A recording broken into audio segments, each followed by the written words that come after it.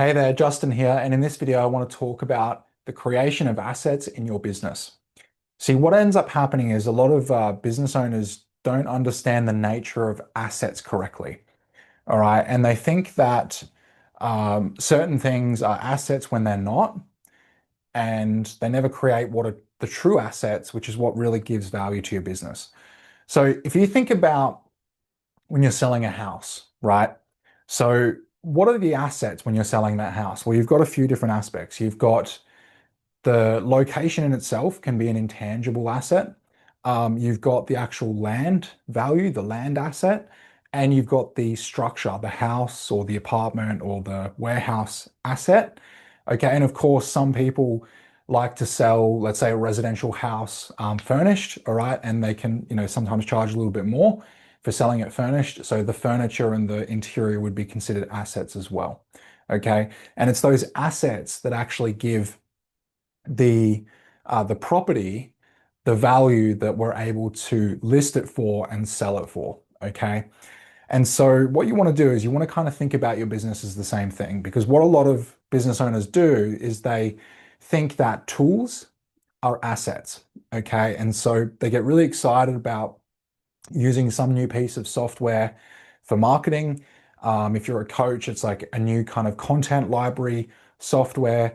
And we tend to think of these things being the assets in our business. But at the end of the day, they're just a tool. Okay. So they're not the thing that provides the value. They're the thing that allows you to broadcast and speak about the value in your marketing and to maybe like automate processes of the value journey, or they're the thing that helps you deliver the value. So if you think about the content website, spending hours and hours developing the website adds a certain level of value, right, in making sure that it's usable and aesthetically pleasing, but it's not the asset, it's really the content and the information that's inside of it that's really the most important thing, right? And so a lot of business owners get stuck and spend a lot of time playing around with all of these things instead of building the assets that are themselves. So if you think about your business as like something you were going to sell, like the property that I used as the example, then what would it be that someone would come in and pay you for? Like, would they come in and pay you for a tool that anyone else can access that you just happen to set up? Or would they pay you for the information in the membership website? Would they pay you for the systems that you created in order to make that business run, to have systems for your staff and your teams to know what it is they're doing and to be able to perform to create the profit and revenue of the business? Would it be the marketing materials and the database and all of those things that are the assets? Those are the things that people are going to pay for. Okay. So when it comes to your business, don't look at tools.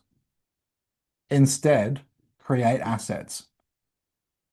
And it doesn't matter whether you're a service or a product-based business, okay? You still need to have assets. Obviously, your product in itself, and especially any trademarks and patents around it, would be an asset, right?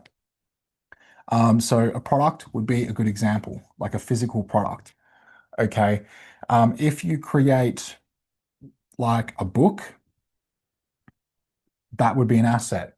Pretty common one when it comes to coaches, consultants, service-based businesses, creating some sort of book that talks about certain value aspects that your ideal client is looking for. And that would be an asset, right? You invest time into it. It's now a piece of information. You can use that in your marketing and so on and so forth, or to add value to whatever service that you offer. Obviously, a database, right, of prospects and clients would be an asset. Some examples of tools, like I mentioned, would be marketing software,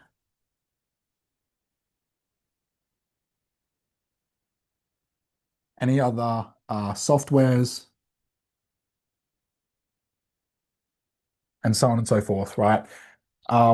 So we don't want to focus on tools, we want to focus on assets.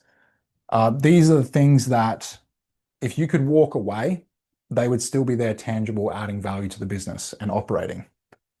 Okay. So I hope that helps when it comes to your business. I hope you take this kind of overview look at your business and what you're spending your time creating in it. And you start to move away from the tools that anyone has access to, so they're not really valuable in and of themselves. And you focus on building assets instead. building information, building value, building tangible products, patents, databases. That's the stuff that really adds value to your business. Money always follows value, and value is in assets. So start focusing on creating more assets in your business if you want to generate more revenue and profit. And you'll find that it'll be easier to sign up clients and customers and increase that revenue because you actually have more tangible value within your business.